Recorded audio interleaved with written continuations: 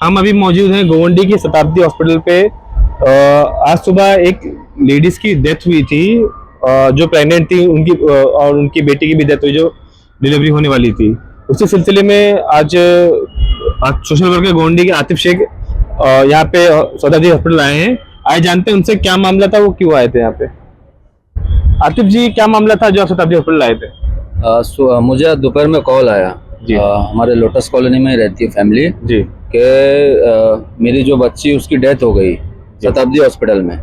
22 साल की लड़की थी, अभी 11 महीना पहले शादी हुई थी और नंबर भी उन्होंने यहीं पे डाले थे प्रेग्नेंट होने के बाद। तो माँ, जो 22 साल की माँ थी और उसकी जो बच्ची डिलीवरी के टाइम पे दोनों की डेथ हो गई। तो मैंने उनसे पूछा कि डेथ कैसा हुई, तो फैमिली का ये आरोप है शताब्दी हॉस्पिटल के ऊपर कि ऑक्सीजन नहीं मिला, इसकी वजह से डेथ हुई।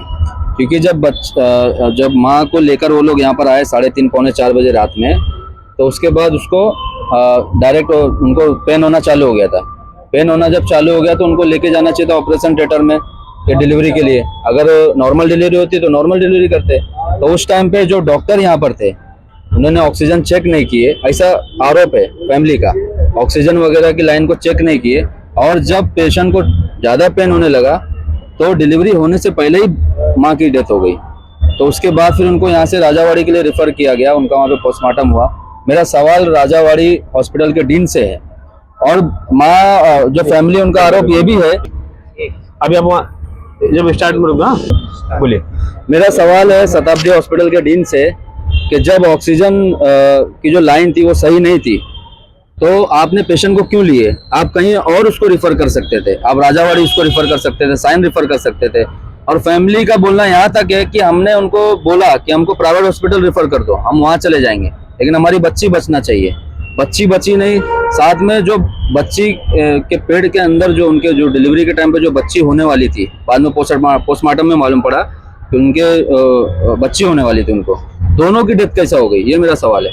अगर कोई गड़बड़ नहीं होगी हॉस्पिटल के अंदर या ऑक्सीजन की कमी, जैसा कि अभी हम लोग ने यहाँ पर आकर बात की है, डीन तो हमको मिले नहीं, उनको कांटेक्ट करने की भी कोशिश की है, आरएमओ से हमारी बात हुई, उनका बोलना कि नहीं ऐसा नहीं हुआ है। लेकिन मेरा सवाल ये है कि अगर ऐसा नहीं हुआ होता तो माँ और बच्चे दोनों की कैसे डेथ हो जाएगी?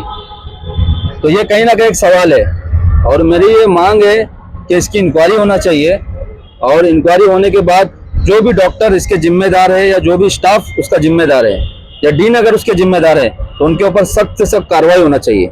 और मेरा सवाल बीएमसी से भी है कि 90 करोड़ रुपया 3 साल पहले आपने पास किए 16 प्लांट के लिए, पूरे बम्बई के बीएमसी हॉस्पिटल के 12 बीएमसी हॉस्पिटल के लिए आपने 90 करोड़ रुपया 12 और 4 अलग हॉस्पिटल के लिए, टोटल 16 हॉस्पिटल के लिए आपने ऑक्सीजन प्लांट के लिए 90 करोड़ रुपया पास किए। वो प्लांट लगने के बाद अगर लग गए पूरे प्लांट, तो लगने के बाद उसका मेंटेनेंस क्यों नहीं हो रहा सही से? क्योंकि कहीं ना कहीं अगर लीकेज हुई है ऑक्सीजन की, ऑक्सीजन बच्ची को नहीं मिला, इसलिए माँ बेटी दोनों की डेथ हुई। और फैमिली का यहाँ तक के आरोप है कि कल से लेकर आज तक कम से कम 2 बच्चे की और डेथ हुई है सेम रीजन की वजह से। तो ये बहुत बड़ा इशू है ये। इसको मैं, जितने भी लोग मुझे देख रहे हैं, जो भी पॉलिटिशियन है, किसी बच्चे की, एक 22 साल की लड़की थी, एक यंग एज में उसकी डेथ हुई है, अभी 11 महीना पहले उसकी शादी हुई थी। बहुत अफसोस की बात है ये। और जो पॉलिटिशियन लोग हैं, जो जिम्मेदार लोग हैं, उनसे मेरा सवाल है कि प्लीज आप इन सब चीजों पे ध्यान दो, आपकी जिम्मेदारी बनती है हॉस्पिटल में क्या हो रहा नहीं हो रहा है। आप लोग जो सैलरी ले रहे हैं, जो यहाँ पर बैठे हुए जो स्टाफ है या डीन है या डॉक्टर है, हमारे टैक्स के पैसे से आप लोग सैलरी ले रहे हैं, आप क्यों अपनी जिम्मेदारी से काम नहीं करते? आए दिन शताब्दी हॉस्पिटल के इशू क्यों आते हैं, राजावाड़ी हॉस्पिटल के इशू हमारे पास क्यों आते हैं? जब जैसे देखा जाए तो गोंडी में भी एक हॉस्पिटल है, शिवाजी नगर में एक 7 मंजिला हॉस्पिटल है। क्या लगता है वहाँ पे कमी है जिसके वजह से उनको यहाँ रेफरेंस किया जा रहा है? उस बारे में क्या कहना चाहेंगे? क्योंकि वहाँ पे भी एक हॉस्पिटल है, फिर वो यहाँ से यहाँ रेफरेंस करना। शिवाजी नगर हॉस्पिटल जो, उसके लिए पिछले 2-2.5 साल से 3 साल से अल्हम्दुलिल्लाह लड़ रहे हैं हम लोग और माशाल्लाह बहुत सारी चीजें वहाँ पर हुई, लेकिन फिर भी बहुत सारी कमियां वहाँ पर भी है और आए दिन हम लोग उसके लिए लड़ रहे हैं। ऑपरेशन थिएटर अभी तक वहाँ पर चालू नहीं हुआ है। ऑपरेशन थिएटर नहीं चालू होने की वजह से वहाँ के हॉस्पिटल वाले यहाँ पर रिफर करते हैं। नॉर्मल डिलीवरी वो लोग ले रहे, लेकिन ऑपरेशन थिएटर नहीं होने की वजह से शताब्दी राजावाड़ी में वो लोग रिफर करते। तो मेरा सवाल बीएमसी से और एकनाथ शिंदे सरकार से, जो आज महाराष्ट्र गवर्नमेंट है, जो महाराष्ट्र में जो सरकार है, उनसे मेरा सवाल है कि आए दिन इतनी सारी घटनाएं महाराष्ट्र में हो रही है, सरकार क्या कर रही है? आपने सरकार तो बना ली है, लेकिन क्या आपको सरकार चलाने नहीं आ रहा है क्या? यहाँ पर एक जवान बच्ची की जान गई है और 9 महीने से जो बच्ची उनके पेट में थी उसकी भी जान चली गई। कितने अफसोस की बात है। मैं सुना हूँ हम सारे लोग सुने भागकर यहाँ पर आए अपना काम छोड़ के, इतना अफसोस हुआ है। आपकी डीन से मुलाकात हुई, यहाँ पे आप आज हॉस्पिटल में आए थे, डीन से मुलाकात हुई, किसी डॉक्टर से मुलाकात हुई, उन्होंने आपको क्या बोला है, क्या बात की है आपसे, क्या बताया इस बारे में, मामले के बारे में? हम लोग जब यहाँ पर आए तो डीन तो पहली बात तो मिले नहीं, उनको हाँ। कांटेक्ट करने की भी कोशिश की है लेकिन वो कॉल उठा रहे नहीं है। उसके बाद आरएमओ एक है, उनसे हमारी मुलाकात हुई। आरएमओ का बोलना है कि हमको तो पहली बात तो उनको कुछ पता नहीं था, क्योंकि जो डे वाले थे वो है नहीं, नाइट वाले है वो, तो उनको कुछ ज्यादा इन्फॉर्मेशन थी नहीं। उनको ये बताया गया कि ऑक्सीजन वगैरह की कमी है, ऐसा कुछ उन्होंने एक्सेप्ट किया कि भाई हाँ ऐसा कुछ कमी है या कुछ ऐसा वो मामला क्यों बताया? एक्सेप्ट करेंगे, अपनी गलती क्यों एक्सेप्ट करेंगे? कोई भी बीएमसी अधिकारी या कोई भी गवर्नमेंट ऑफिसर कभी अपनी गलती एक्सेप्ट करता है? कभी आज तक आपने सुना है कि कोई भी गवर्नमेंट ऑफिसर अपनी गलती कभी एक्सेप्ट करेगा?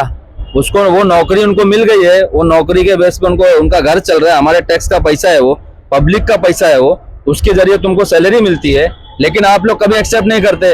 ना गवर्नमेंट कभी सही से इंक्वायरी करती है कोई चीज की। अगर गवर्नमेंट सही से रूल करे और ये बीएमसी अधिकारी सही से काम करे जिम्मेदारी के साथ में, तो ऐसी घटनाएं क्यों होंगी?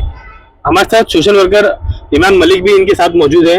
इमरान भाई, क्या कहना है इस मामले के बाद? जैसा कि बताया बच्चे की डेथ हुई है, किस तरह का एक्शन अगर ये खामी दिखाई देती है तो क्या आपकी तरफ से मतलब क्या एक्शन देखा जाएगा? पहली बात तो सुनकर बहुत अफसोस हुआ। एक जवान लड़की थी, 20-22 साल की थी, अभी शादी होके 11 महीना हुआ, उसका बच्चा हुआ और वो बच्चे के साथ में इस दुनिया को अलविदा की। तो ये सबसे दुख की बात है हम गोवंडी वालों के लिए। हमारा गोवंडी इतनी बड़ी आबादी है, इतनी बड़ी आबादी होने के बाद भी एक हॉस्पिटल ढंग का नहीं है। हमारे आतिफ भाई ने बताए, जैसा वो शिवाजी नगर का हॉस्पिटल है, आतिफ भाई और भी हमारे एनजीओ वाले जितने, ये सब मिल के ना वहाँ के